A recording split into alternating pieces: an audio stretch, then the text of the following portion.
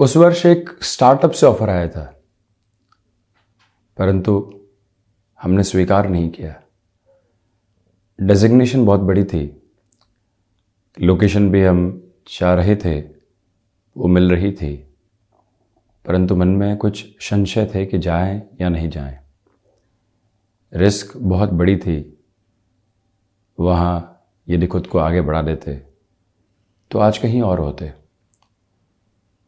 ये पछतावे व्यक्ति के जीवन में कई बार सामने निकल कर आते हैं और वो मित्रों के साथ, घर परिवारजनों के साथ ऐसी बातों की चर्चा भी किया करता है।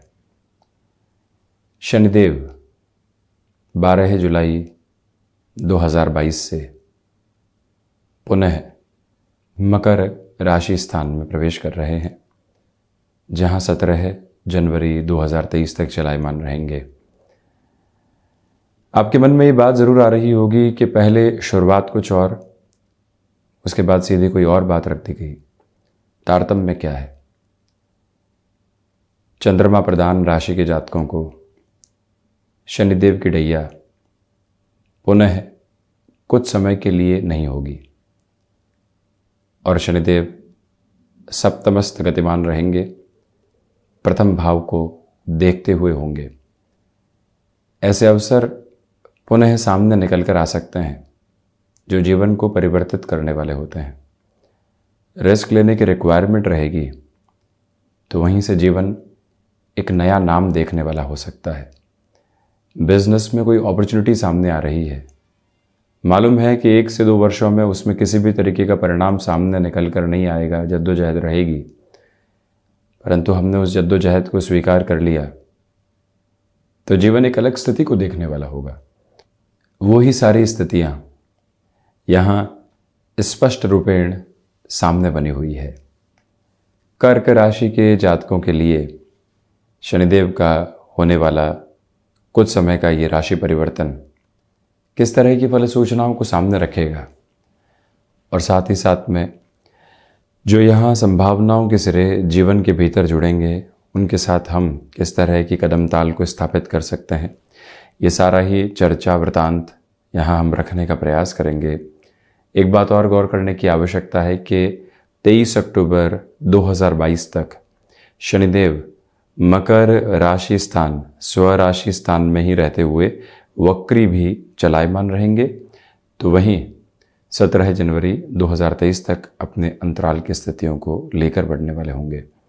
आप ये देखिएगा कि अष्टम भाव और सप्तम भाव के अधिपति पुनः सप्तम भाव के साथ में गतिमान रहेंगे।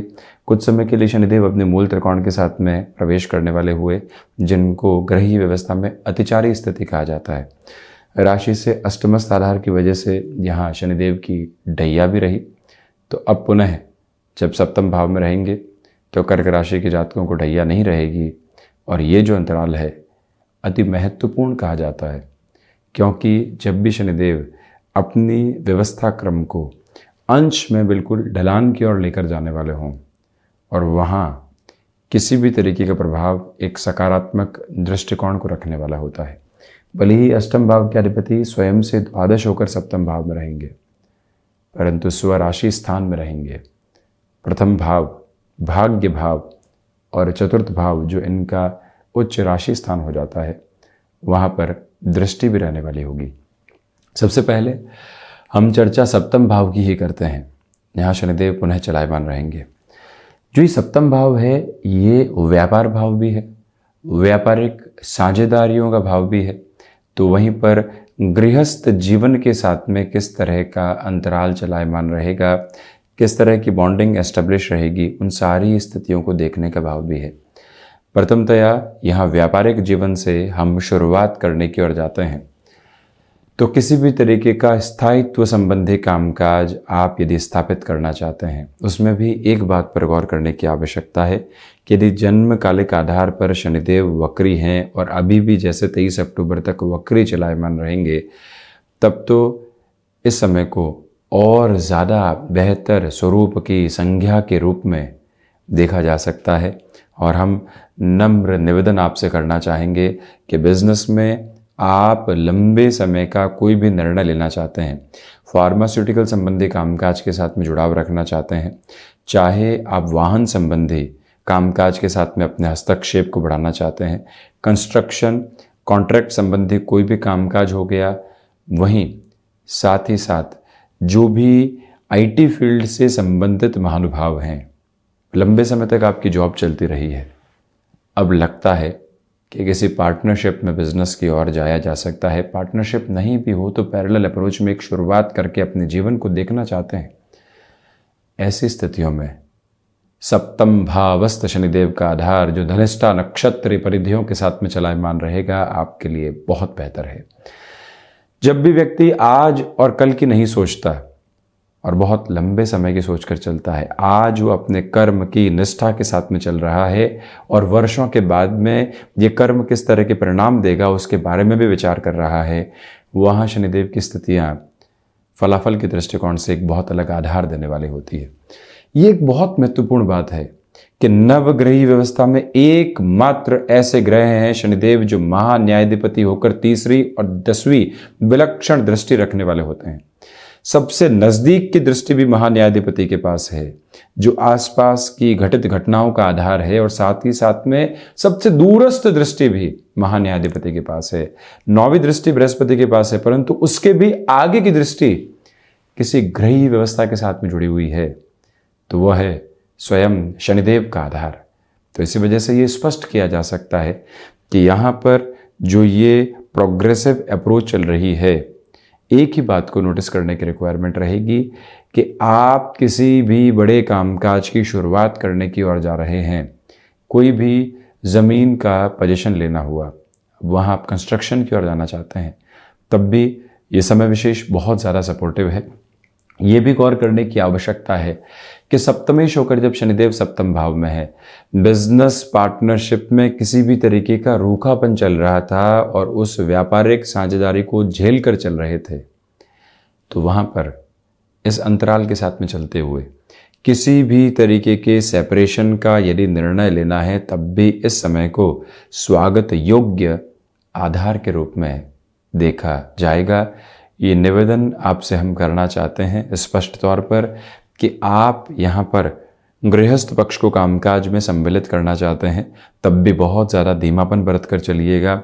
नौकरी पेशा जीवन में जो भी महानुभाव जुड़े हुए हैं, उनके लिए स्थान परिवर्तन जैसी कोई भी संभावना सामने निकल कर आती है, मन के भीतर उसको लेकर रिएक्शन है कि अभी अभी तो पूरी फैमिली सेटल हुई थी, पुनः चेंजेस आ रहे हैं, कैसे एक्सेप्ट कर लें, किस वजह से एक्सेप्ट कर लें। परंतु कई बार व्यक्ति जब स्वीकारोक्ति के सिरों के साथ में होता है तो खुद को एक अलग पॉजिटिविटी के बेस के साथ लेकर चलता है। ऐसा कोई भी संभावित आधार सामने आए तो आप उसे भाग्य की दस्तक मानकर चल सकते हैं, क्योंकि शनिदेव यहाँ प्रथम भाव और भाग्य भाव को देख रहे हैं। बृहस्पति के राशि स्थान को तीसरी दृष्टि शनिदेव की देख रही है और तीसरी दृष्टि के साथ में बेहतर आधार देखे गए हैं। इसी वजह से भाग्य कई बार ऐसे स्वरूप में ही खटखटाहट देता है और व्यक्ति जब उसको स्वीकार कर लेता है तो वहाँ से अपने रिफ्लेक्सेस में और ज़्यादा पॉजिटिविटी लेकर आने वाला होता है। इसके अलावा यहाँ चर्चा की जाए तो हायर एजुकेशन के साथ में आप किसी भी तरीके के निर्णय की ओर जाना चाहते हैं, घर परिवार विरुद्ध है, अच्छा कर रहे हो, बेहतर नौकरी चल रही है, इस उम्र में जहाँ बच्चे इतने बड़े हो चुके हैं, अब पुनः शिक्षा की ओर जाना चाहते हो, परंतु हम अपने भीतर के परम तत्व के साथ में एक स्थापित आधार लेकर चल रहे हैं और वहीं से आप पुनः हायर एजुकेशन की ओर जाते हैं, सपोर्टिव बेस रहेगा। आप यहाँ पर इंजीनियरिंग संबंधी क्षेत्र विशेष के साथ में जुड़ाव रखने वाले रहे। 10 से 15 साल का नौकरी पेशा जीवन चलता चला गया। अब डर ये है कि आगे ढैया का अंतराल आ रहा है, क्या करेंगे, कैसे करेंगे, क्यों आगे बढ़ने वाले हों। इन सारे ही संशय से दूर हटकर कोई भी तरीके का ऑफर सामने आता है तो उसको अपने साथ में जोड़ने की संभावनाओं का एक जो समुचित स्वरूप होता है उसको आप साथ लेकर चलिएगा। ये भी प्रमुख बात यहाँ सामने है कि इस अंतराल में जो आध्यात्मिक चिंतन होता है वो भी भीतर तक आपको संतुष्टि के भाव देने वाला रहेगा। हालांकि जो भी भाग्य संबंधी सहयोग की स्थितियाँ होती है वो धीमापन लिए हुए होगी। जहाँ व्यक्ति किसी कामकाज को करे और लगे कि अब इंस्टेंट बेसिस पर सपोर्ट मिल जाएगा, वहीं पर कई बार व्यक्ति के लिए नेगेटिविटी निकल कर आती है। वहाँ से थोड़ी सी दूरी बनाकर रखने की रिक्वायरमेंट आपके लिए बनी हुई है। तो वहीं शनिदेव की 7वीं दृष्टि, एक तरह से सप्तमेश और अष्टमेश की 7वीं दृष्टि यहाँ चंद्रमा के राशि स्थान पर रहेगी। भावुकता साथ छोड़ सकती है, संवेदनाएं कुछ समय के लिए दूर हो सकती है। कर्क राशि के जातकों के लिए वैसे भी भावुकता और संवेदनाएं जीवन का एक मूलभूत आधार होती है। एम्पैथी, जिसको अंग्रेजी में कहा जाता है, उस प्रवृत्ति के साथ में व्यक्ति चलने वाला होता है, वो दूर रहेगी। इसी वजह से बिजनेस के प्रोस्पेक्ट में किसी व्यक्ति विशेष की वजह से नुकसान हो रहा था, परंतु हम उसको एग्जिट दिखाने में असक्षम थे। यहाँ भीतर की सक्षम स्थितियाँ आपको दर्शाती है कि आप उस ओर बढ़ सकते हैं। किसी भी इंटरव्यू की ओर आप जाते हैं और आप इतना स्ट्रेट फॉरवर्ड हो जाते हैं कि ऐसा लगता है अगले को कि आप अपनी शर्तों पर कामकाज करने के लिए आए हैं, परंतु वो लंबे समय के लिए चलती हुई स्थितियाँ पॉजिटिव बेसिस को देने वाली होती है। यही आधार आपके साथ में रहता हुआ नजर आता है। तो वहीं आप ये भी देखिएगा कि इस अंतराल के साथ में चलते हुए आपके लिए स्थायित्व मन मस्तिष्क के भीतर बना रहने वाला होगा। जो निर्णय लिया है उसके साथ में चल रहे हैं और कुछ सोचने की आवश्यकता नहीं है। इस ताकत के साथ में आप चलायमान रहेंगे। वहीं एक बात को इन डेप्थ अप्रोच में समझने की रिक्वायरमेंट है। हमने ग्रही व्यवस्था में 10वीं दृष्टि की चर्चा की थी। 10वीं दृष्टि जो सबसे दूरस्थ आधार को देखने वाला एक तरह से क्रम है, वो सिर्फ शनिदेव के साथ है। चतुर्थ भाव भूमि भाव है, माता भाव है, साथ ही साथ में मानसिक सुख को देखने का भाव है। शनिदेव व्यापार भाव से और गृहस्थ भाव से यहाँ माता भाव को और भूमि भाव को देख रहे हैं, जो कि इनका उच्चस्थ राशि स्थान है।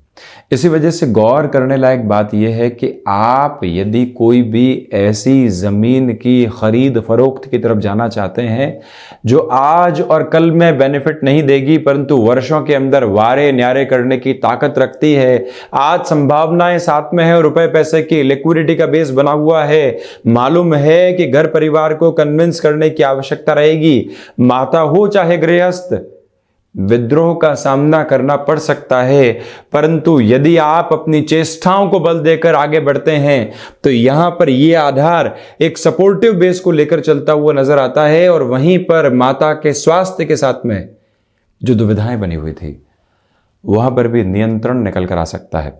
एक निवेदन आपसे हम करेंगे कि आप मैन्युफैक्चरिंग संबंधी किसी भी क्षेत्र विशेष के साथ में अपने हस्तक्षेप को बढ़ाना चाहते हैं, वहां पर अपने लिए कोई भी प्रोग्रेसिव बेस को देखकर चलना चाहते हैं, कहीं पर भी रुकने और थकने की गुंजाइशें साथ में नहीं है।